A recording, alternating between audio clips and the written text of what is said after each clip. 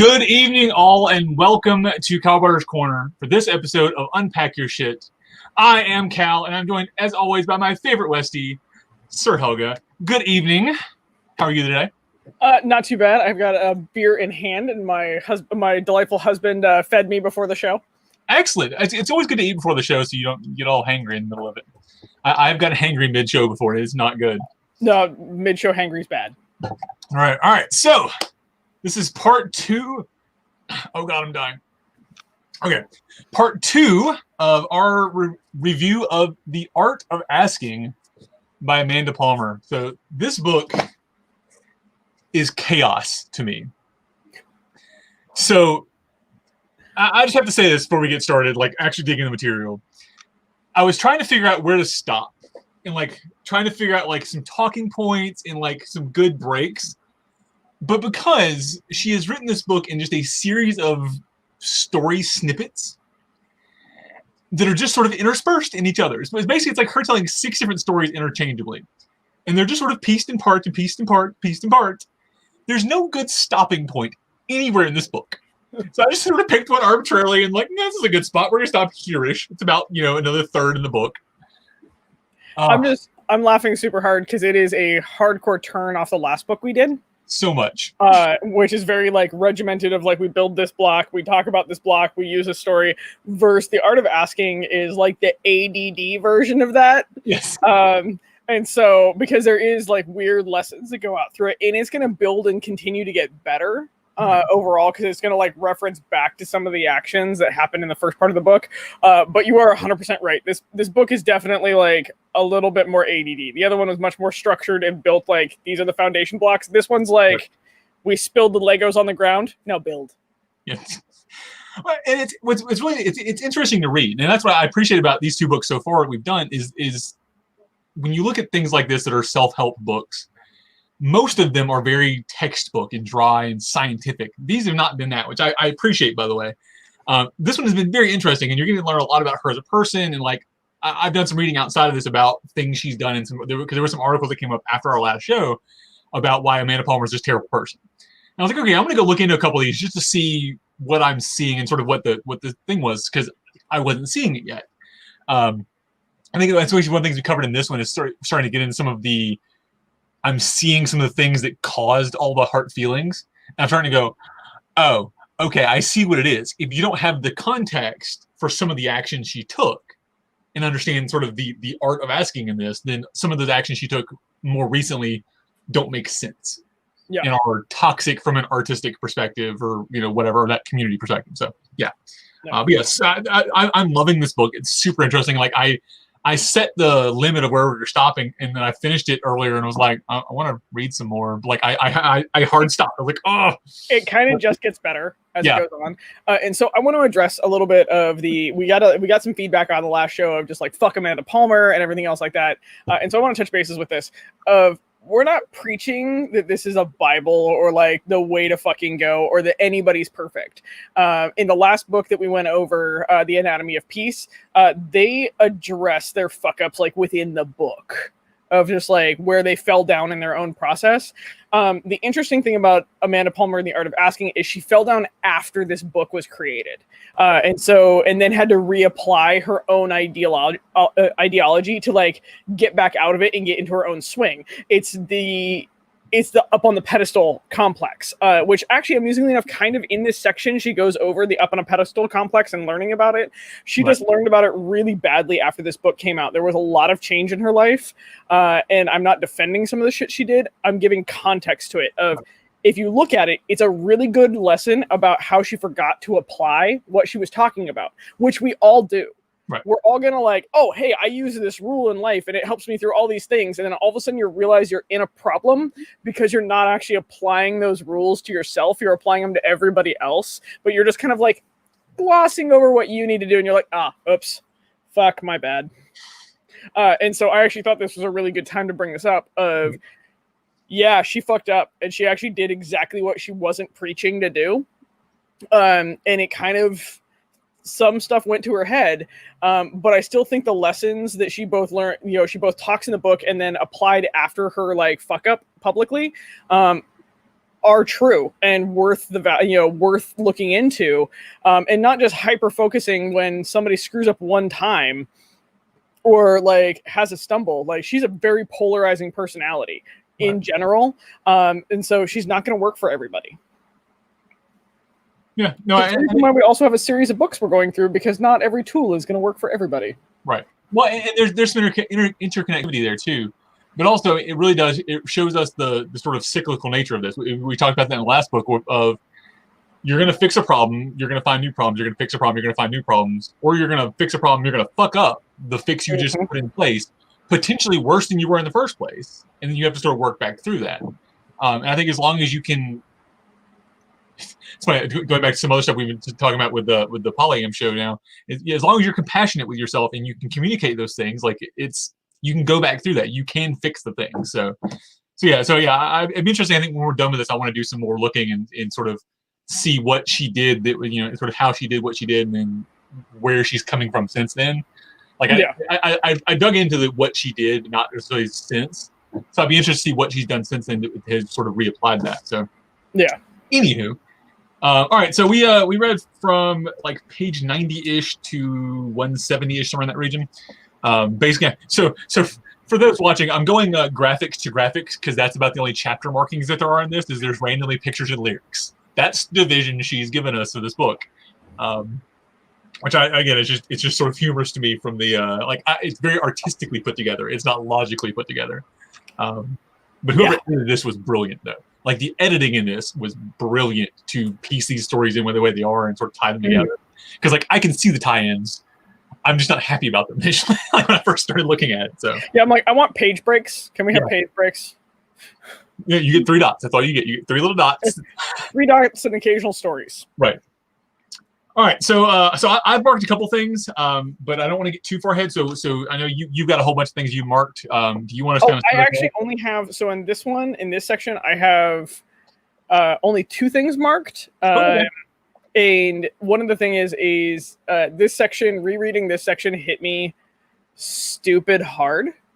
I saw you post one on Facebook earlier, and I was like, good quote. Oh, dude, that quote just I was just like, I'm out. I don't even want to talk on the show tonight. I can't even. Go fuck yourself. Like, it was a very interesting moment in time to discuss that.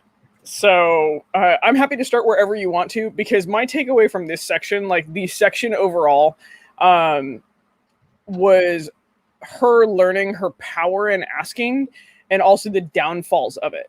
Right. And so it was the finding of self, in quotes, the pitfalls of abuse of power, right? And then continuing the build to learn how to ask, and asking when it's hard versus asking when it's just very natural. We're starting to get into the art of asking, of ask. Like, the book builds towards, it's very easy to ask when you're comfortable. It's hard to ask when you're not. And we're starting to see that behavior show up in the stories that she's telling and the experiences, and also the consequences. Right. And so that's this basic section for me, at least. And as I said, I've got 2 things highlighted because they hit me like a fucking ton of bricks. So. All right. So the first one I pulled out is page 105-ish. I'm not sure where your book is lined up exactly, but so when I'm reading this, I'm reading it for both what it is, but also trying to apply it to my life and SCA life. Like, that's because that's sort of what we're talking about from you and I's perspective is our SCA path things. A lot of this applies to mundane life as well. Mm-hmm. But there was one specifically about she's just now getting into the she has a cult following, she has all these fans, and she's doing one of the important things for her as part of her art is not only just to play the music and then go home, but also it's to play the music and then go to the signing table and meeting with the fans and connecting with the fans. Like that's her biggest thing. It's one of the biggest fights she has through this section with her label is the label's wanting to worry about the merchandise or about the money, and she's worried about the connection to the fans.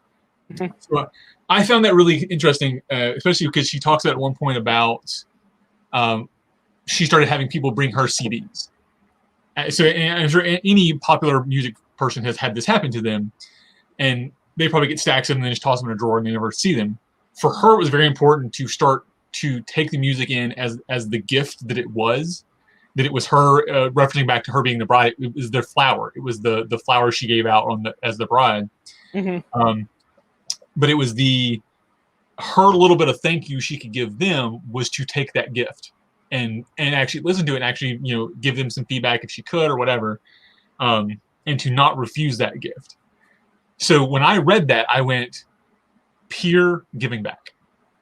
That's and not speaking ill of any peers, a lot of peers, once they get that cookie, once they get their peerage, stop and they just hang out and gloss and do whatever. And then there's those that give back. I think so. So there's two. Can I challenge that thought just a little bit? It's very easy to see the one bad egg in 10. Right. And the difference, I think, in your non-peer path versus a peer path is when you're a non-peer, it is like you get a lot of touches and you get a lot of, there's like verbal reinforcements about like, hey, this is the upcoming student. This is the person you need to cut your teeth on. This is the person that's doing the thing and you should emulate them. And the peers like cheerlead them. Right. And it's very verbal and it's very kind of socially easy to find who is the upper tier non-peers. Right. Once you become a peer, all that little cheerleading goes away. And so while I agree with you on your assessment on the chapter, I'm going to challenge you that I really think it's like 1 in 10 peers like goes, oh, cool, I can park on my laurels now. Like, this is fine. I don't have anything. The other 9 out of 10 peers just don't have the cheerleading squad anymore. Right. Like, they have their own marketing, and we're all taught to be humble, in quotes, the wrong version of humble, by the way. I have a huge fucking rant about that. But we're all taught to be humble, which means shut up about what you're doing. Right. And so we go from having, as a non-peer, we go from having that cheerleading squad that is marketing us for this achievement, and then we go to being a peer, and then that marketing campaign is now gone. Right. Like, and then we're told you must humbly serve, which means you shut up about what you're doing. And then as peers, we fight a lot of that, like, oh, peers just get their awards and then they go away. I'm like, no, actually, not really. We're repeatedly told that, which is just fucking heartbreaking. And Right. But a bunch of the peers are still there doing the work. It's just they don't have the marketing hype squad anymore. And so I will challenge you on that. I will totally say that 1 out of 10 peers gets the cookie and they fucking disappear. And they're total maniacal failures at what we do. Like, that is not the job of a peer. You don't get the highest accolade and then not give back to the society. I just think that we miss a lot of peers that continue to work and sacrifice. And we must give a moment to recognize them, because if we just down talk the 1 out of 10, we're going to actually emotionally break the other 9. I totally agree. And so let me back up and rephrase, because I may have misphrased that. So the thing I'm talking about, so the way I saw this was, and things I see out of peers. So this is my perception, and it's very Meridian centric too. So you and I may have different views on that. Oh yeah.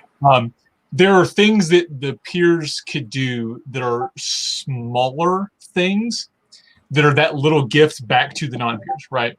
So once you become a peer, it is your job to then do the things that the peers did for you. Agreed. So I'm not saying that the peers don't do work for the society as a whole, because they do. I mean, without our pelicans and the shit wouldn't function. Like, I get that, right? Without our knights, we wouldn't be fighting. Like, I get that. Without our laurels, we honestly wouldn't be a society, because we wouldn't have our nonprofit. Like, the laurels are the reason we have a nonprofit status, because we have education. Like, I get all those things. The things we need to make sure that brought up to me was that when I am to that point, I need to remember things like this. So this is a little thing that you're doing for a singular person, right? It is a gift you're giving me to help me on my path. Yes, it is helping the society, it's helping others. Others will enjoy this, but it is something you're doing for me. So we're actually on the same page. Okay. Like, we're totally on the same page. It's just the difference in perspective, right. Of, like, I believe that peers should be the hype squad for the next generation. Right. And that's what you're also saying. I mean, that feels like what you're also saying, is the peers should be the hype squad for the next generation. I just think that where we tangled a little bit was the, peers get their cookie and go away. It's peers have to then shift to be the hype squad. Right. And so yeah, definitely. And it was, and like I said, I think it was a poor wording, and I corrected that. Oh no, you did fine. Like as Right. I said, I think we're totally on the same page. It was just a slightly Yeah. different delivery, and I have a weird like button about the peers get it and then go away, and I'm just like, Totally get that. no, we just don't have a hype squad anymore. We're supposed to be the hype squad, right? You are the brute squad. Yeah. So I think the separation for me then is making sure, and this is something I've seen a lot of peers that focus on society making sure stuff functions, but they don't focus on helping others to do that. So in my opinion, a thing that I think gets done too much is that there are often peers doing things that others could be doing for whatever reason. Now, there's not a better person to do XYZ role, right? There may not be a better person to autocrat that event. There may not be a better person to hold that office because it's just lack of people. And I get that. That's going to happen based on locality. But if you have a peer and a non-peer that are both eligible for some job, then we should work to give the non-peer the job with the peer supporting them and not the other way around. And so I think that's something that's something to look at as a peer, is making sure that you're letting the non-peers do this stuff, or in helping them do the stuff. Yeah. Versus doing it and then, well, it's got to get done, so I'm just going to do it as a peer, right? We're totally on the same page there. Yeah. Like you and I are 100% on the same page there. I think it's just a slightly different wording. And that slightly different wording may come from the fact that I'm a peer, and I mean, this is going to sound like a jackass statement. I'm a peer and you're not, which is actually one of the reasons why I really love what we're doing right now, is because even though I'm a young peer, by all standards, I'm a super young peer. Like I just had my 3-year Pella anniversary. Woo. Or maybe 4. I'd have to go look it up. Whatever. But I mean, I'm under a decade, which pretty much means I'm a young goddamn peer. And I really am enjoying how this entire thing is set up to where we can apply the same lessons and look at it from 2 different perspectives. And that's one of the reasons why I'm like, oh yeah, no, we're on the same page. We're just saying it slightly differently, which is really cool in my universe. I agree. We're also getting the 2 different countries, or 2 different sides of the country perspective too, which I know I've noticed that in a lot of our things too. There's clearly some differences in Kingdom stuff. So, in Kingdom and like in just like modern society, social. Right. So yeah, so that was my first big one. I've got another one here somewhere. I'll find it in a second. So, what you got? Oh, my big one is that damned quote I posted. Right. So let's hit it. Which is yours before that, because they've got. My next one's at like 120-ish. So. Oh, 120-ish? Okay, cool. So we'll do mine. Also, I want to revert back to your comment for a moment, because that's also another powerful thing that she does as a power source within her community. Right. And that this is going to come up over and over and over again, is the ability to see the person, not the product. And this is going to roll back to our first book, The Anatomy of Peace, is seeing somebody as a person, not an object. Right. This is something that she goes through. This is the reason why this was the second book that I recommended, is because this is an amplified version of that concept through the entire book. The Art of Asking. You cannot ask somebody if you're asking an object. You will demand from an object. And so this entire book is actually breaking it down into, you must see them as a person to gain the trust to ask from them. Right. So that's, I wanted, like, this is the reason why I was like, I want to come back to this real quick, because this is awesome, is the next thing that it's going to go into is going to build on this. And it is, I will read the quote and try not to smack my mic with the book, is,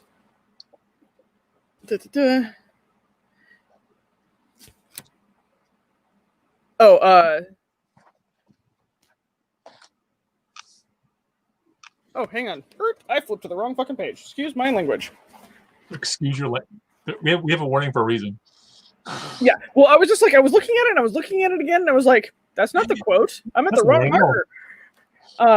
Is when you're afraid of someone's judgment, you can't connect with them. You're too preoccupied with the task of impressing them. Right. That is horribly powerful in my universe.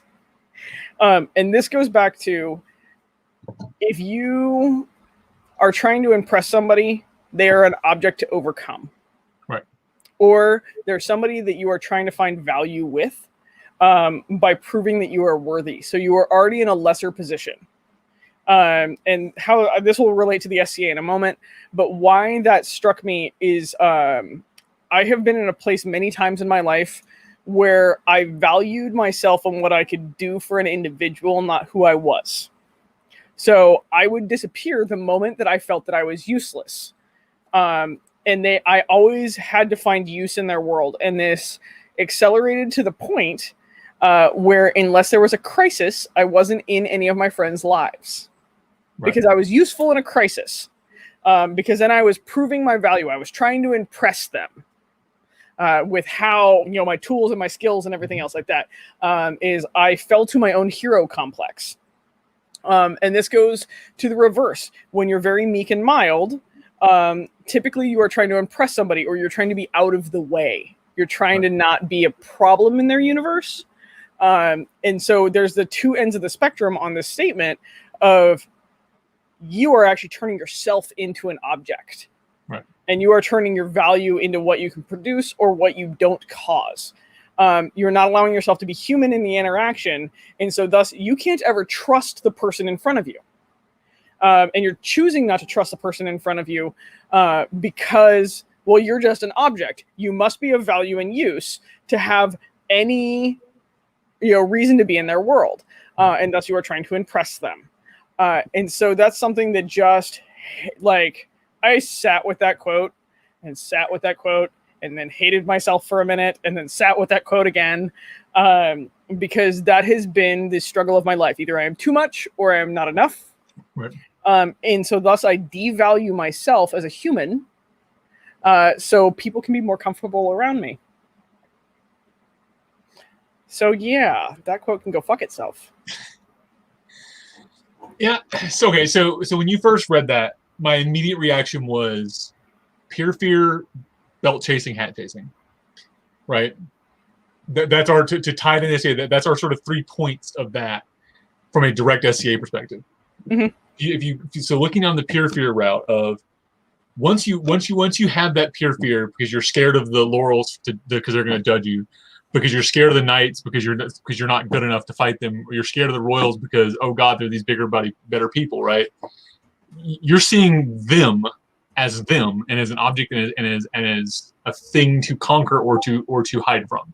Either way, if you're the spiteful kind of, if you're the angry unbelt, you're trying to conquer the knights, you're trying to conquer the royal, you're trying to win by force. If you're the one where I'm just not going to participate because then I can't be judged, well, okay, then you're hiding from them because you're scared of that thing. So yeah, that's a great point, and it's really it makes me consider that from a how do you get around that? How do you find a happy medium then? What's the middle? So this is where I'm going to go through my strange theory on the SCA and the cool things it does for us. So the SCA, we get to do the learning cycle many, many times. And we are constantly challenged about who and what we are versus being allowed to just cement into one thing, because we're constantly exposed to new people, new ideologies. It's really cool, actually. It's one of the things I love. But this quote resonates for me because as you are starting to find yourself, and so this is a Raya weird psychology theory. Okay. Strap in. I'm ready. I got this. Belts on. As we are kids, and this is a reason why age 1 to 5 is so important. We see the people around us and we grab pieces of them and we put that into the little statue that is us, the idea that is us. And so we cover the wire frame with I'm going to take this person's behavior. I'm going to take this person's ideology. I'm going to put this, and we build this image of self. And this build continues on. Right. We are just mimicking people. We are trying to impress them. We are trying to say, I am like you. I am acceptable. I am this. I am that. And then we go through teenage years where hormones fuck that up for a little while. We're touch the boundaries. I must go make my own territory. And we start looking outside of our current, our family structure, and we start mimicking those behaviors. And we put that on that statue and everything else like that. And we then eventually that statue kind of gets knocked off a shelf. We all go through that weird growth phase as a teenager where the world just shatters for a moment. And that's all those ideologies and that statue we built hitting the ground and shattering, and us getting the reset button, where we do the first growth phase of self, where we kind of take the ideology that like all these things are put on there, but maybe I don't like this piece of myself. Maybe I don't like this. Doesn't benefit me. This is getting me in trouble or anything else like that. And so we can remold the statue. And in the SCA, we're then exposed to this same growth pattern again. We're taken out of the mundane world, and we're put in the SCA world where we have heroes, we have knights, we have laurels, we have pelicans, we have royals, we have this standard of chivalry. And so we start mimicking again. Right. And it depends on the age that you're in, but you start mimicking the behaviors of those that are around you. Oh, that is a chivalric behavior. I will take this chivalric behavior. That is the behavior of a laurel. I will take this behavior. And we start remaking that statue. And we make that statue as we go along. And as we actually find ourselves within the SCA, at some point we push that statue off the counter again. This is the angry unbelt phase. The angry unpeer phase. The angry unpeer phase is where we tend to lose the dream and lose the stardust, because we start learning a little bit more behind the curtain. We start, understanding that yes, our peers are human, and why the fuck did you do that, and everything else like that. And so we might actually double check those pieces that we've taken from that individual and been like, fuck that, I don't want that. And so we then push the statue back off. And this is the moment in time where we go from trying to impress our peers to trying to be a peer. Right. We find in a very, I'm missing the word right now, self-centric, understanding self. Right. Fuck, I can't think of, what was that? Just go. I get it. We start to understand internally what we actually want and the peer we want to become. And this is in that quote, literally within that quote, stands this entire arc of we stop trying to impress the peers to be worthy. We start being ourselves, and they just find it like, they're like, oh, you're now a peer because you can stand on your own. Right. And so that's the reason why I actually think the angry unbelt stage, as long as it is actually managed, there's conversations about it, and it's done in a healthy way, it's not really angry. It's right. What it is it's a growth phase, and it hurts and it sucks, and it's like being a teenager again, and you're like, go fuck yourselves. Why do I even care about all this? And then you realize that you care about the ideally, and the ideas behind it, right. Not impressing the person. Right. And so that quote for me is like, well, until you stop trying to impress me, like, I want you to be a person with me. I want to stop trying to convince you that you're a person, not an object. I need you to step up to me as a person. And then I'm like, fuck yeah, you still may have flaws, but you're a person and you're you. Right. And so we can work with you. If you're trying to impress me, everything that I say, you're just going to mimic. Right. Like, so yeah, I know the quote used most often during elevations is, this person is my peer. I think we often forget the word peer means equal. And that's so to be a peer, you have to be equivalent to your peers. You have to be equal to them. Not in action, but in self. And that's you have to be a peer to be a peer. And that's it sort of creates a cyclical like bullshit thing, but it's true. You have to be a peer to be a peer. Mm-hmm. I think it's actually, you have to own that you're a person. Right. Like, and it's one reason I like this book, where I'm like, this is a peer journey. Yeah. So now that I've rambled and been like way too philosophical. No, there isn't. First of all, there's no way too philosophical for this show. That's literally the reason we're here. All right. So the next thing I had, so I can find it here, that is a weird. It's going to completely disconnect you from everything. Well, at least in my head, it's going to disconnect from everything we've talked about. But it hit me as a point that I want to bring up. Uh-huh. So it's and I'll read the thing here. It says the label and the band had different ideas about what enough meant. So the phrase enough, and I was like, okay. It says, what was enough to make the band successful? We weren't starving. We could pay our rent. What did we actually need to live and to be happy? So the idea of enough. Mm-hmm. And I just connected it. Cool. Okay. So I was about to say, I'm waiting for you. It just light bulb. Okay. So this is the idea of becoming okay with yourself. When is enough? When are you enough? When are you not trying to be better and just be enough and just be okay with being enough? So in their mind, they're talking about money at this point. What was enough for them to comfortably live on financially? But I think that is a much more philosophical statement of when is enough, or when is what we have enough. So that ties in, I think, actually what we were just talking about. I didn't think it did until I just light bulbed it, but is how do you sort of find that point? Like, what's the when do I discover that I am enough? And I don't think there's a way to define that. That's a way everybody has to find their own enough and what's enough for them. Because my enough is not going to be your enough, and as far as in every. And it's not just a holistic enough, it's a individually chunked enough. So like, when am I enough of a fighter? When am I enough of an artisan? When have I done enough service? Like, what's my level there? I like how you're just like, I'm grinding on this super hard right now. So how I interpret this is the idea of acceptance.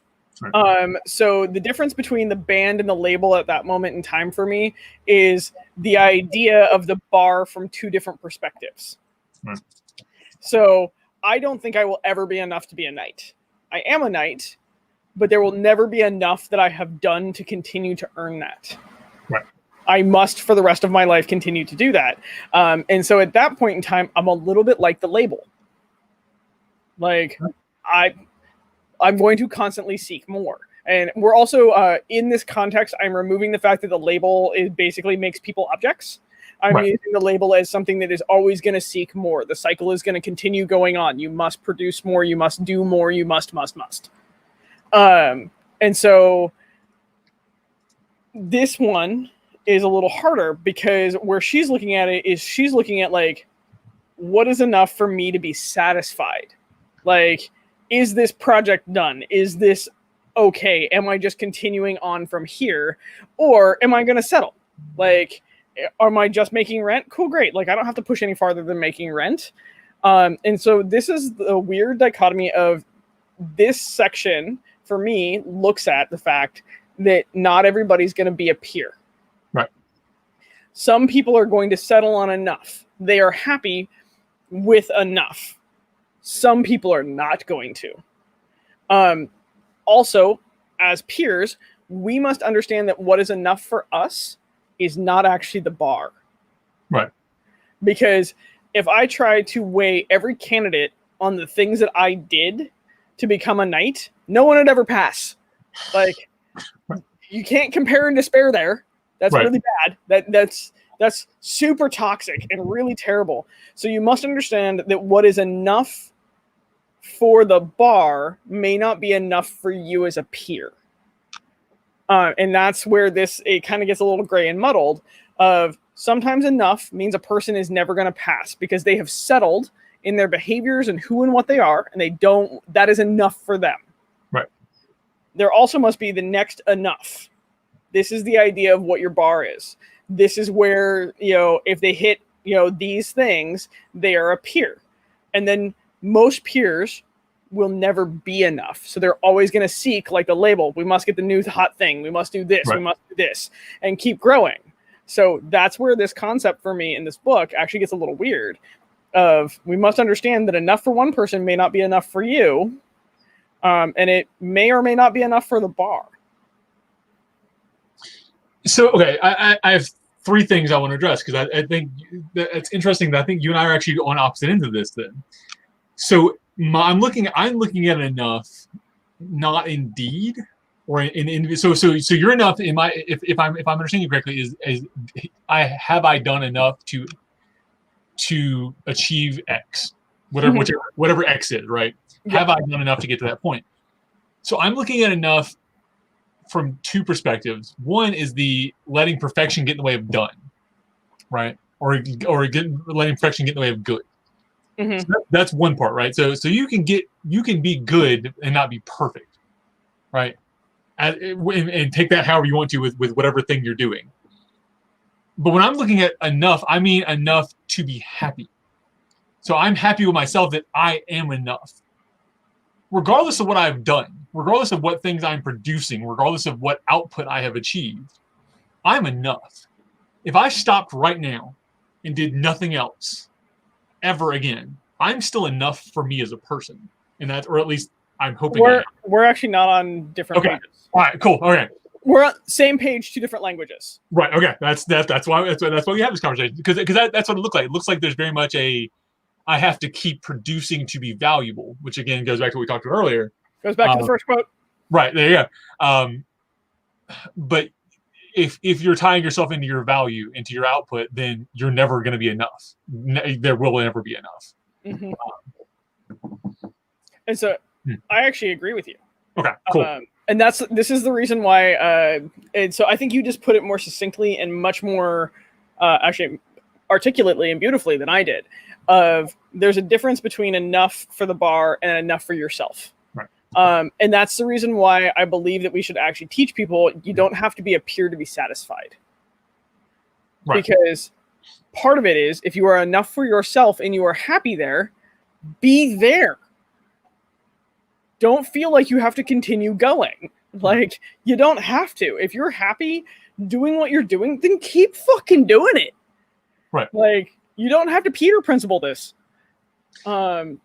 Which I think so that's one of my quotes, one of my personal quotes here recently that I've had with my peer, and that when her and I first started talking was, and part of my the question always comes to what path are you on, or do you want to be a knight, you want to be a pelican? I'm like, I don't care. I want to be a peer, and then I want to be peer like I want to have the peer like qualities, to use the giant, often used air quotes here. I want to have those qualities because I want to be a better person. Mm-hmm. I care less about what shiny thing I get at the end of that, because it's about improving myself as a person. So I think, and that to me, that's my enough, is am I improving as a person? And once I've, and there's never an end to that, right? There's not a goal line for that. Yeah. Well, there's XYZ pure like qualities, but you're never going to get to that. You meet enough of them to become a peer, you're never truly there. It's like sins and virtues. Like none of us are ever going to hit all of them. We just hit enough of them. Right. And that's one of the things that I'll tell you is that you're already past one of the part of the angry unpeer stage. Right. You have already discovered you're enough. And if that isn't enough to be a peer, you are still being the best you. And that continues to make you happy. That continues to make you strive forward. That continues to, you reach for the projects that sing to you. Like, that's the thing. And most people start trying to, they get frustrated when they hit enough checkboxes that they're like, well, why isn't this checkbox actually working? And you're like, because you've missed the point of the checkboxes, actually. Right. Because there's 100 others you can't see back there that aren't really there. Yeah. Yeah. And that's part of the hard part of this game, is that there's enough checkboxes. But there's also some emotional, weird growth that you have to do in the same time, where you're like, this is existential and physical. This is bullshit. I don't like none of this. All right, I have a hard question for you. Oh, God. All right. So when you talk about being enough and talk about things that you don't deserve, you always mention being a knight, and that you don't deserve, or that you don't feel like you're a knight, and you don't feel like you deserve to be a knight, or in those terms. But you never mention the pelican. How is that different for you? How are those two different in the what's required of them, or whether you deserve them or not? So I don't feel that I am a good peer in general. Okay. Most people relate to knighthood more, and then knighthood weighs heavier on me. Okay. And this is going to sound a little egotistical, is I try to continue to earn my pelican, and the pelican for me is a little easier. I come naturally to project organization. I come naturally to crowdsourcing. I come naturally to that PM leadership role, where because I do that, it is easier for me to fall into the pelican role. It is easier for me to own that role a little bit more, even though I'm kind of like, how did anybody make me a pelican? Because I am not a peer. But the reason why I speak to knighthood is the harder one, is because that one weighs heavier on me out of the two.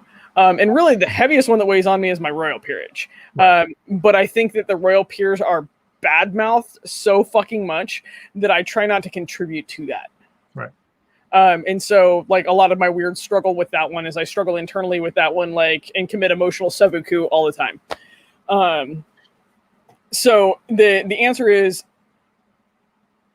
probably, like, to be super bluntly honest, because I feel that I did things to earn my pelican, I hope that I do enough to continue to earn my pelican. Right. My knighthood, I still feel so new in it. I still feel so raw in it. That, and there's a lot of emotional bullshit between my ears about my knighthood. That's the first one that comes to mind, where I have to continue to try and true test myself. Because if somebody goes and like challenges me head to head for like, hey, we're going to organize this event and we're going to see who can get most people here, I'm like, motherfucker, marketing is basically my pelican. Like, I will throw down. But when it comes to like being a knight, I still feel so green as grass about it. Right. And that I'm different, actually, than like, I'm the knight that's willing to throw down and get in fights over shit. I'm the knight that's like willing to call my brothers out. And because of that, it's still very different because I don't fit the mold. Right. And that again sounds a little egotistical. Actually, it really feels egotistical. So okay, for hearing that, so what I just heard of that was you have logical points about why you're a pelican. Like, you have here are things that I did that made me put me into this box. Mm-hmm. Whereas there is still emotional tied into that. Because of I don't feel peer-like. You have at least enough logic to overcome that. Yeah. Your knighthood, you spoke of nothing you did right. Yeah. All that you went logic, a little bit of emotion, and you went tonight. You went emotion, and none of your fighting prowess or your teaching or this. You talk any of the good things you've done with that, but All it's because of that. you called in the emotion. Yeah. Okay. Oh yeah. No, it's still the emotional roller coaster of like. It stuck with me when I got told that like you're a woman and got knighted at a different bar, and it doesn't matter. Like 100 people can tell me differently, Right. and that voice is still fucking there. Right. And like I can't get over that voice. I can't get over the ex telling me to my face, "You're fucking your way to a belt." And I'm trying to. But anytime I get like a little like, oh, I feel a little knightly, like that voice just shows up, and I'm like, Yeah. And so I'm still doing a lot of work with it, and there's a lot of value. There's a lot of like self-value in that, and like what it means to be a knight, and what it like all of that. And so it's just an emotional fuckery, really. That I just try to be the best. I try to be the best peer I can be overall, and I try to continue to like when I fall down, to be like, hey, as a peer, I did this dumb thing, and you know I'm a knight and a pelican and a rose, and I still fucked this up. And so that's one of those things that I just try to do. It's just, I don't know. I think I set knighthood on a pedestal where I didn't set the other ones on a pedestal. Right. And that did some really stupid things. And I'm still trying to get over those stupid things. So thus I read these little books where I'm just like, maybe I can get over my own emotional fuckery. Sorry, I didn't mean to dig into your toe beans there, but it's okay. Like you're totally welcome to like touch the toe beans on the show. Yeah, there you go.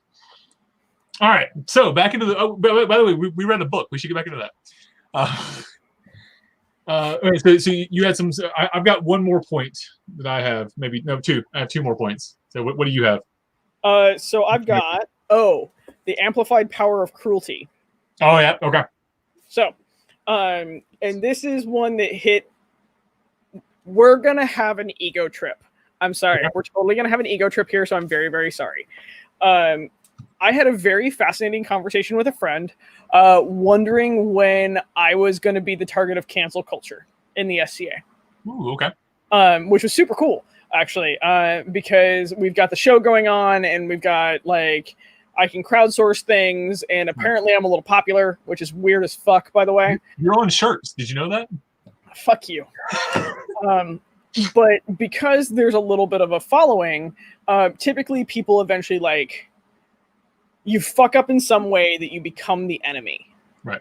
And I try to be aware of that. And so the section where she talks about the fact that she was going to go buy a piano and she was playing, and then she got dismissed out of the place in a relatively shitty manner.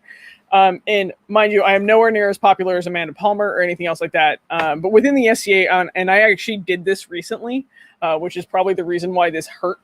Like reading this one, I was like, oh, I was totally that bad guy. I wield enough renown and word fame to be damaging when I have an emotional like moment of wanting to fucking go smash somebody. Right. And so she talks about in the book, she was dismissed out of a piano store. And then in her emotional like haze, went and made a blog post and said, you know, write this dude or anything else like that. And she learned how much of a cult leader she actually is. And I'm going to use it in a much harsher tone, like almost cult leader like. Right. They didn't ask her why. They just went and did. And well, so I don't think she actually didn't even like really call them to action either. She just complained. Oh, she complained and said, write him a letter. Okay. So she did tell them to do something. Okay. Yeah. Right. So, and in this moment in time, she learned how cruel she could be because she herself is no longer standing alone. And this is a lesson that all peers should have. All royalty especially should have. Yeah. Is when you're in a power position, when you complain or when you call to action, people or your friends or anything else like that, this is emotional allyship. They will blindly take action for you and do things that you may not expect them to do. You may be like, oh, I'm having an emotionally bad day and so did it to me and blah, blah, blah. And really you're like, oh, I just kind of had a bad interaction with this person and I'm not sure why. But how you brought it across, now all the people that trust you, that have faith in you, that believe in what you say, aren't going to fucking question you. They're going to go make action and do this. And so you must remember that in all positions that you're in, peerage, royalty, student-teacher relationship, anything like that, you wield a blind faith power that can actually be used for cruelty. Right. And if you don't understand that, eventually you're going to have this hard lesson where you wake up the next morning and you're like, oh, fuck, what did I do? And what I did, and I'm just going to own my shit, is so I got in a fight with somebody that had said they were in the SCA for like 30 something years. And he was being a jackass. And mind you, this dude was, I believe, in the wrong. He was being real pushy. He was being really fucking nasty with people and everything else like that. And when I showed up with a lot of like mediation tools and like got into mediation and blah, blah, blah. And then he made the comment, well, that's the opinion of a non-fighter and you don't fucking matter. And this is where I became cruel. Right. Because I went, haha, you don't know who the fuck I am. Totally wrong.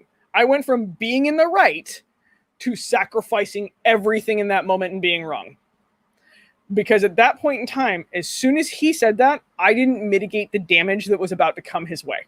Because there was already like 30 other people in the conversation that I had already calmed down. I'm like, hey, I'm having a conversation with this dude. It's fine. Like, let's have this discussion.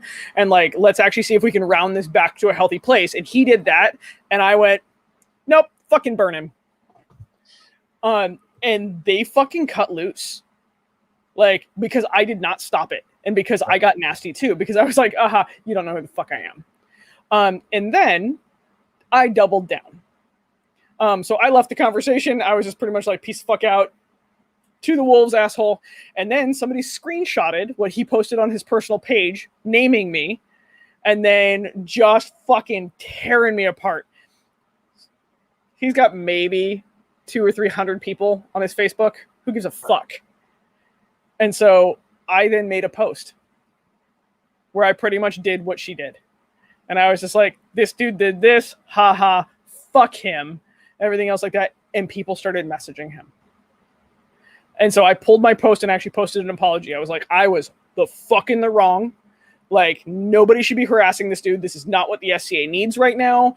Right. I did a very bad thing because if anybody screenshots any piece of that, we all look like assholes. Even though I was in the right for 90% of the conversation, the 10% that I did wrong wiped all of that out plus some. I became the total asshole peer that had people then go defend me and like got nasty. And, you know, mind you, does a little emotional side of me feel like, oh, yes, they were fucking defending me and I feel so loved right now. And then every other side of me that was empathetic to him was just like, oh, I turned a person into an object that I needed to destroy. And the damage done there is lasting, because no matter who sees any side of that, a multiple peer got nasty with a non-peer over nothing. Like, he can't affect my word fame. He can't affect how I'm seen in the SCA. I did that all myself. Right. Like, I fucking just screwed the pooch on that one, super hardcore. And so always remember, your words have power. Even as a non-peer, your words have power, because somebody's going to look up to you. So you have those moments on the internet where you get nasty and you like incite your friends. So you've got the emotional allyship going. You've turned them into an object, and you feel really good about destroying that person because, yay, you won the jerk-off contest on the internet over a keyboard. Like, just smash your dick into it a little harder. Maybe they'll feel bad about themselves. You're a fucking bully. And I was a bully. And the more power you have, the easier it can become a bully in any situation. And so that, what she went through with the piano shop, like, I just sat with the book and I was like, fuck. I totally, like, on a much smaller scale, I totally did that. And we as peers and people in the SCA must remember that our voices are amplified. And the more people know us, the more renown we carry, and the more we travel, the more, we sit the throne or anything else like that. We have to remember, we must cease to be cruel, even when it is emotionally validating to us, because then we are just the bullies and we are way beneath the person, even if they are wrong.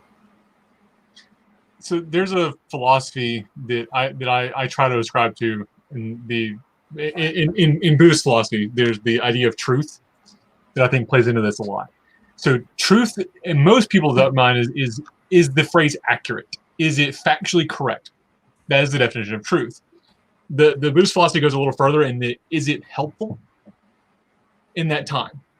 And is it there's another one, that is it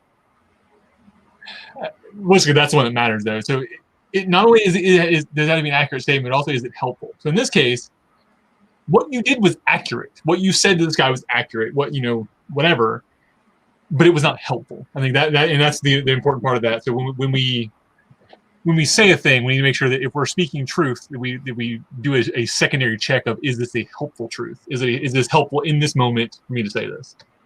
So yeah, that's a great point, and thank you for bringing that up and sharing that, because I think it is good not only to admit when we do wrong, but also to be able to analyze it. And I think you did a fabulous job of that, and I see your toe beans hurting. Oh yeah, my toe beans, like, fuck my toe beans. My toe beans right now are just. All right, on to your point. Yep. Yeah. So yeah, let's pick this back up here. Let's see. Now that we've had the Araya psychology session for like the last fucking half hour. Right. It's fine. Okay. Let me find mine here. I'm on page 150-ish. If you want to find me here. On it.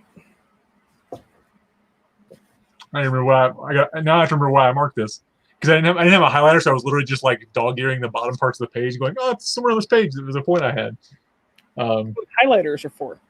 If I had one when I was reading, I would have. They're great when they're on the desk, but not when I'm reading on the other part of the house, and I'm too lazy to get up and get it. And that's me admitting my faults. Thank you very much. Okay, I'm just going to point out this. You can order them on Amazon. They're little sticker notes, and they work great as a bookmarker. Right.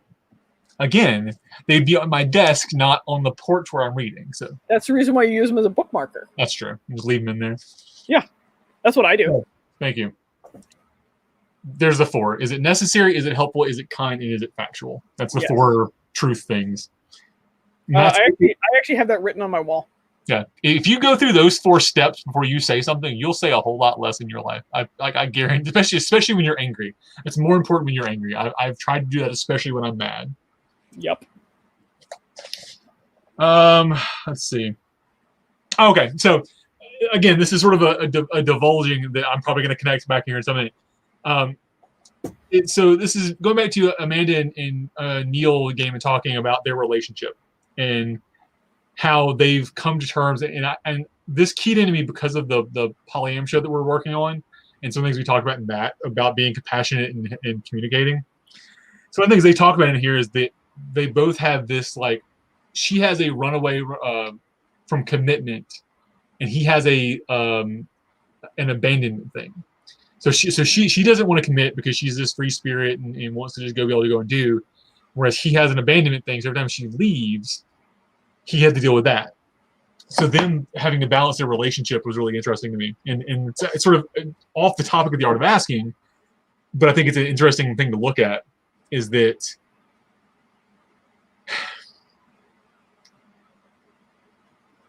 she had to find the balance. So each of them had to give a little in what they were doing to find a balance in their relationship so that he could see into her and know that she was there and actually was trying to connect.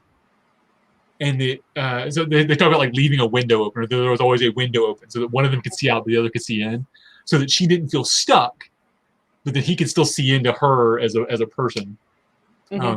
And I think that's so that goes back to our looking at Anatomy of Peace, actually, of the person not object thing, is they had to find that common ground. And something you and I talked about a lot too, when you're talking about teaching, is they have to find that language. They had to find their mutual language.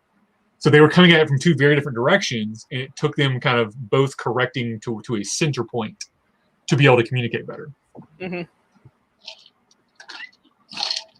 I'm just going to say I'm going to just mirror you on that, of find a common language and understanding of like what you need on that. And this goes for, to round it back to the SCA, this goes for peer relationships, student relationships. Most of them break down because of a communication barrier, not because of actual personalities, because you can't communicate your needs to each other.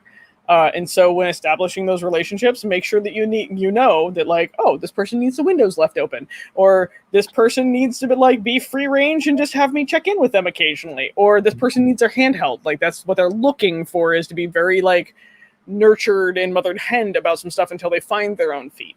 And so that's the windows and doors conversation of understand the relationship you're in so you can foster it. Right. And so I think it's so interesting looking at it from both sides. So like, of course, I look at it from now. Okay, what am I doing now? And how does that affect me now? But also look at, okay, in 10 years, in 20 years, whatever, when I'm the peer in this relationship, what do I need to do differently? What do I need to learn now on this side to make me better at that side?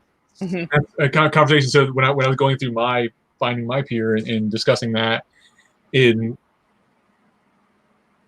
we've already had a couple of conversations because it's still a very new thing. It's all been during COVID, so like we've had very limited contact. But like we've already had a couple of those. Hey, you're doing this, you're doing that, and we've had those conversations. We started finding our, like, we talked up front about what each of us needed and what I needed and where I was, and like I said, hey, what do you need from me as far as like contact? I was like, do you need me to like fill out project plans? Do you want me to do all this? And she's like, I'm not your mother. She's like, I'm not your teacher. I'm not your, because she's a professor. Like she teaches and is a PhD and deals with like, higher level things all the time. She's like, I'm not your doctoral managery person, whatever. There's a word for like managing the thesis. Like she's like, I'm not that. She's like, if you need me to do that stuff, like we can talk through it, but like I'm not gonna check in on you every day. Don't need to. Mm-hmm. But so we found that. So I was like, okay, cool. So I dialed it back. Okay, I'm going to put the stuff on my resume. Here's what I'm doing because I'm putting it out there. So it's me registering it. And if you want to look at it, here's where it's at. Right. So I said, here's what I'm doing. If you need to check in, here's where I'm at, or message me, whatever. And so we've done that a couple of times where she's said, hey, you're doing an awful lot. What's going on? Like that was my first like call recently of, hey, you're doing too much. And I'm like, am I? Hold on. Like I had to dial, I had to sort of self-analyze myself. I'm just, whatever. I had to self-analyze what I was doing, and sort of kick around the am I doing too much? And I realized, well, no, I'm not. I look very, very busy from the outside, but I'm actually not as busy as I look. I happen to have my finger in a lot of things right now, but it's a lot of little things. Phrasing. Whatever. I have a lot of fingers. More phrasing. Yeah. Anyways, but it was interesting. It was interesting that I had to step back and look at that because it was, and I also then had to go back and say, hey, by the way, I'm not working right now, so I'm going to look very, very busy SCA wise because I have no 8 to 5, right? So my 8 to 5 right now is SCA stuff. So I'm doing a lot more with different shows, a lot more with events because I've got nothing else to do. So it's keeping me sane. It's helping me fight the depression. But I had to realize that. I had to sort of kick back and have that conversation with her. Whereas because she wasn't checking on me, she didn't have the information ahead of time of what I was doing and why.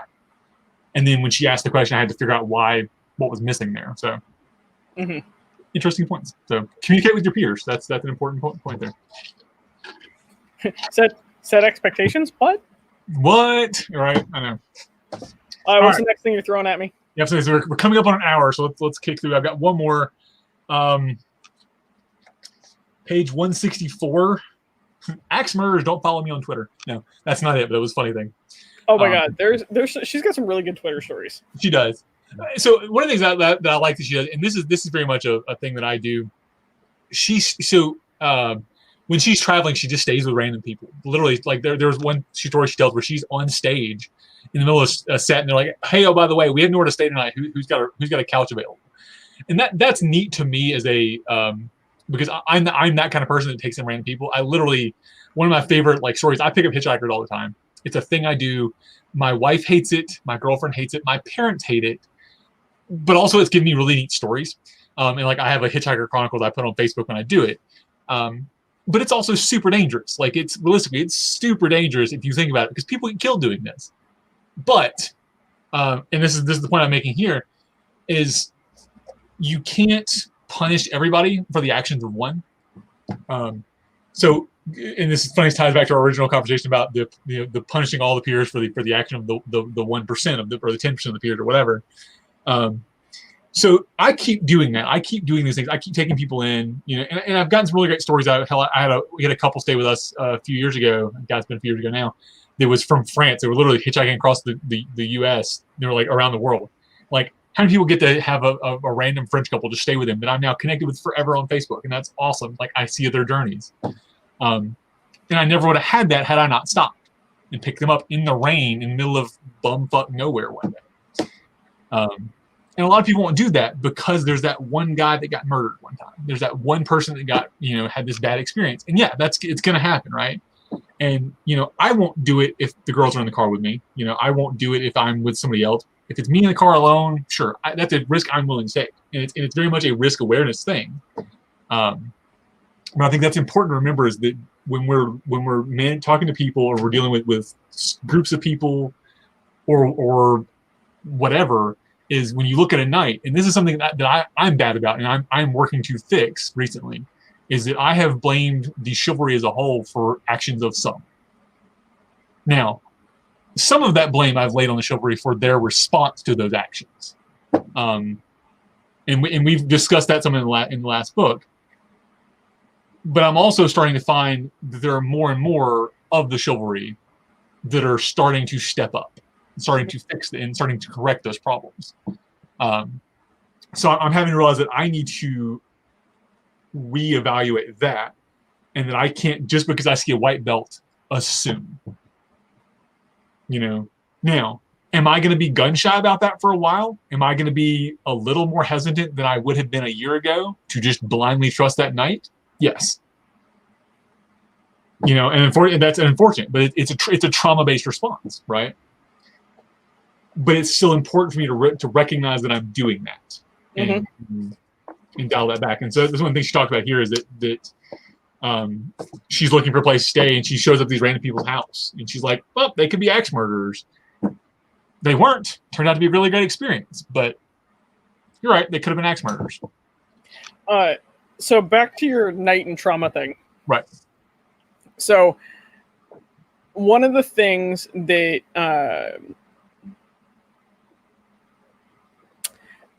as a knight, I have to be willing to allow space for your trauma response while also addressing the reasons why it exists. Right.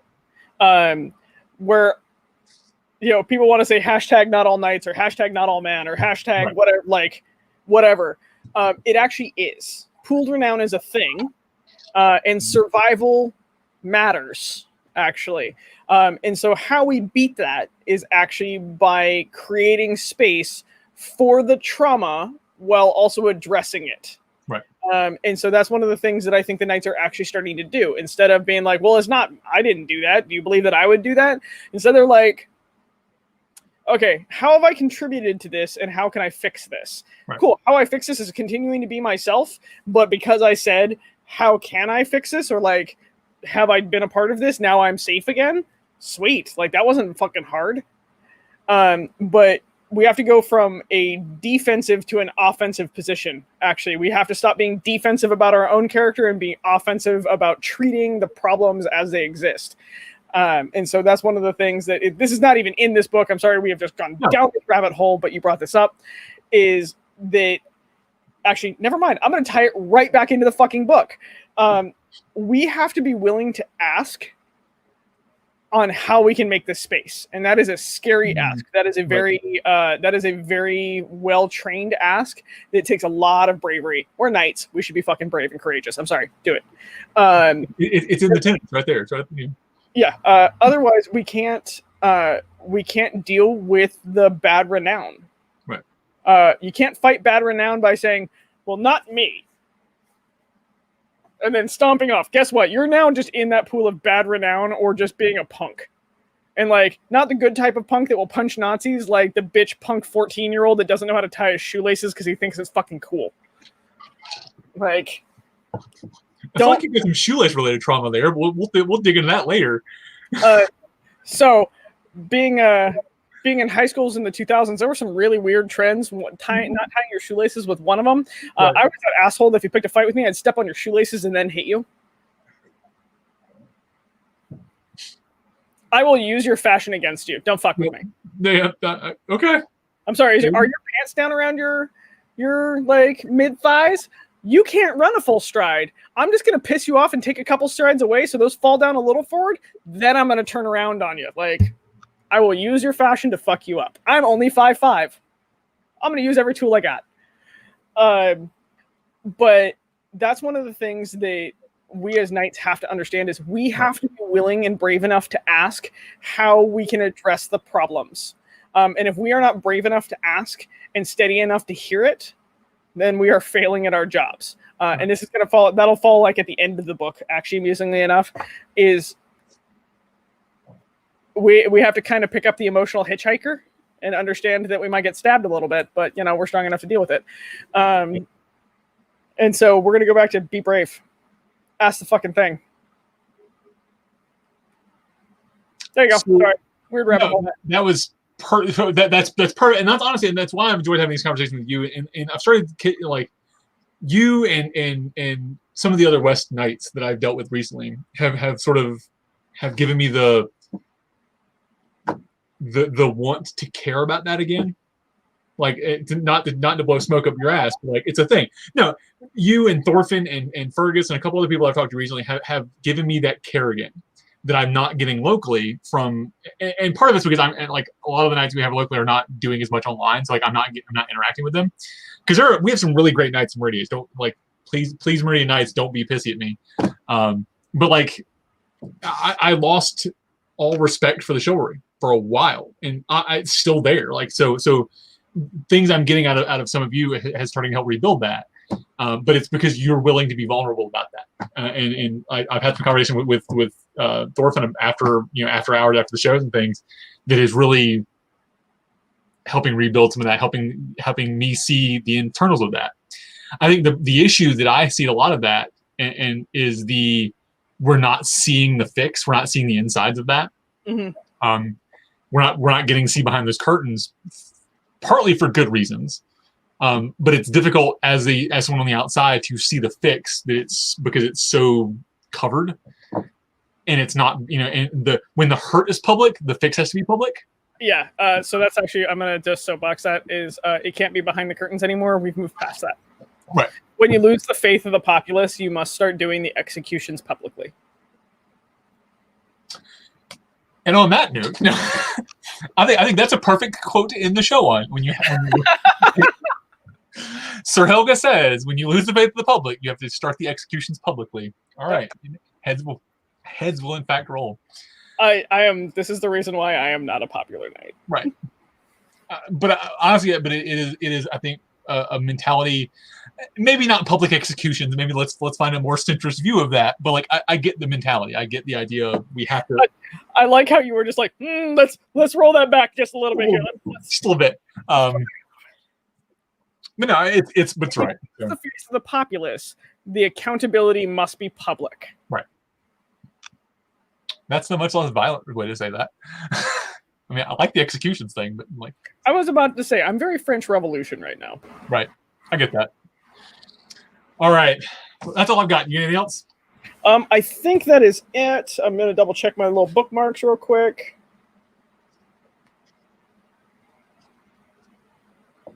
We're actually going to end this on the idea of rumor in the art of asking. Ooh, okay. The story was fake, but the impact was real. Oh, yes. Oh, I forgot about that point. Yes. This is a powerful point. Right. And it is a passing sentence in this book of you must remember that all actions spoken turn into a story. And even if they're fake, their impact can be real. And this goes right back to the renown of we cannot let fake stories turn into reality because we believe them. Right. And so always question, always ask, damn it. And so that way you can beat that of that impact of what happens and what people say can affect everything. How you ask can affect everything. Renown is fucking real.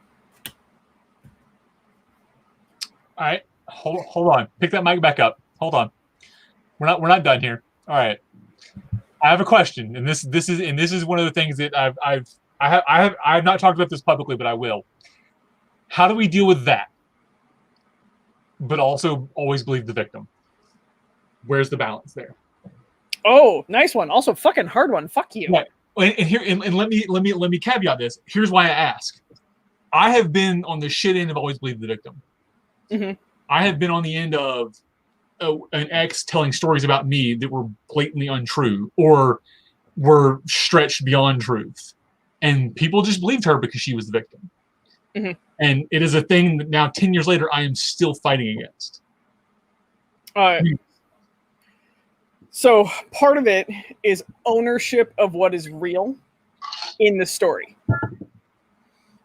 So we're gonna go back to I'm gonna use a relatable example. I'm sorry, I'm not trying to overdo your story. I'm gonna try to use a relatable example of I had an ex decide that I was cheating on him, and then went and spread this rumor. My friends believed him because I actually have a past and history of cheating. Right. Amusingly enough, before I was like, I'm poly. I'm terrible at monogamy. I'm really good at being truthful, but I suck at like if you're like we're monogamous, I'm like I'll try, and then I'm gonna fail it. Like it's bad. But because I had a history of it, when he spoke to it, everybody believed him. Right. And so what I'm gonna say, and how we believe people, and I'm not even gonna put victim on it, is how we believe people is by asking them for the story and asking all sides. So instead of emotionally allying with somebody, is facilitating dealing with the problem. So if somebody is sexually assaulted, that sucks, have been there, done this rodeo, is right. How we deal with making sure that the victim is tended to is not by going off the fucking handle and being like, I'm going to go beat this dude up, is by making sure the victim feels safe, making sure the victim feels heard, and then going to the next step. So the next step is a report. Like, if all of a sudden that person doesn't want to report, or the story changes, right. That's where, like, we need to address the other side. We don't have to address the other side with the victim there, by the way. Like, you don't have to drag them into some conflict to be like, you must figure this the fuck out right now. No, go ask the other person. And you don't even have to out the other person in this process and be like, hey, this has come up. I need your side right now, actually. 10 minutes ago would be better. Thanks. Yeah. Yeah. And that's actually one of the things that we have to do is a lot of people don't come forward because they don't feel heard. And so let the victim feel heard. make sure that they feel safe and they feel heard, and then you accelerate it to the next level of the process. Right. And the next level of the process, if it is super bad, rape, sexual assault, everything else like that, cool, guess what? We're going to go make a report now. Like, then we will get the other individual involved when the authorities are involved. But if it's something that's like, oh, well, so-and-so did this, or like, I felt uncomfortable, like, cool, great, make sure they feel safe and heard, then address the behavior. Do you feel comfortable with me going and addressing this behavior? Like, to the victim in this case, do you feel comfortable with me going and addressing this behavior with this person? Like, is this what you want right now?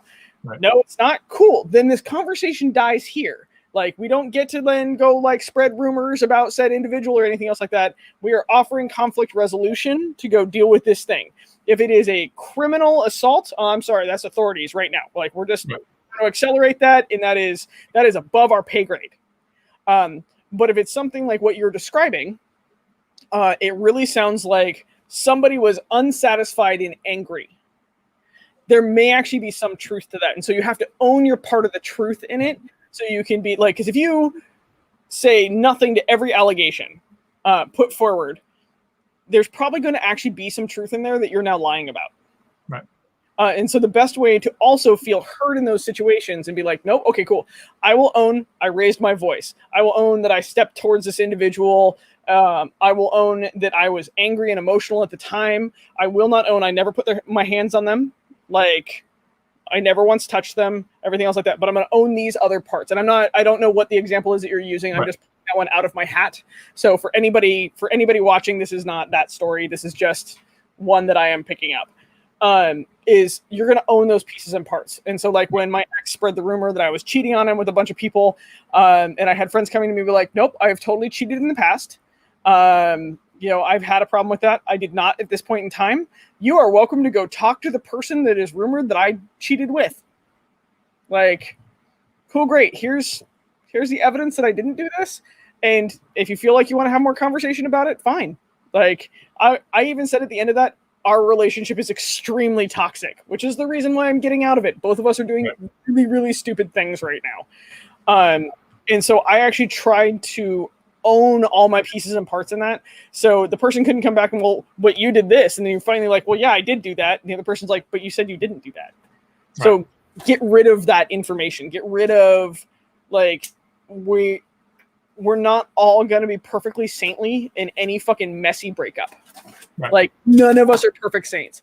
And so if you own that, you're actually much cleaner and easier to deal with from somebody that's trying to come in and mediate the problem. Right. And so that's the shitty way of dealing with it. I'll tell you this, that's a really hard way, because you end up owning a lot of things about yourself in the process where you're like, yep, I did that shitty thing. Yep, I totally yelled at that person. Yep, they're saying that they were an angel. And I don't even get to blaspheme them. But I'm just going to own my shit. And I have found that it takes time. But by owning all of that, by owning those stages and steps in there, that rumor mill dies much faster. And because people will be like, nope, he's owned these parts of it. And these parts were shitty. Like, here you go. And so when I started really owning some stuff, like, people were like, oh no, like, we believe you didn't do this one thing because we know that you just owned that you did this other thing. Right. And a lot of people don't want to do that because it hurts. Like, it really fucking hurts when you're like, I was totally the bad guy there. But I mean, and that's actually what I did, by the way. So interesting that you brought that up. So that's what I have had to do recently with multiple, which makes it shitty. So I had to have the same conversation with about 6 different people over the course of about a month. Yep. I literally just eventually typed it up in a Word document. Said, here you go. I'm not going to have this conversation again. Here's the transcript of the last one. Read it and then come back with questions. Yep. Because it would just sped the process up at that point. But yeah, cool. Yeah. So okay, then that I think is a great point to bring up to look at. Is we need to spread that culture of believe, but also verify. I think that's the step we often miss, and that's. And again, that's why I've had this conversation, because it's really tough, especially, and I'll speak to the man side of this. It's really tough to be a man in that culture of believe the victim, because often we're the bad guys, 9 times out of 10. so it's tough to then be the other half of that when you were the one that was just essentially victimized in that situation. So yeah, it's been interesting. And that's it's shitty and sucks and it's hard, because right now, and I'm going to go down a little bit of a rabbit hole. I'm sorry, we've done this a couple times tonight.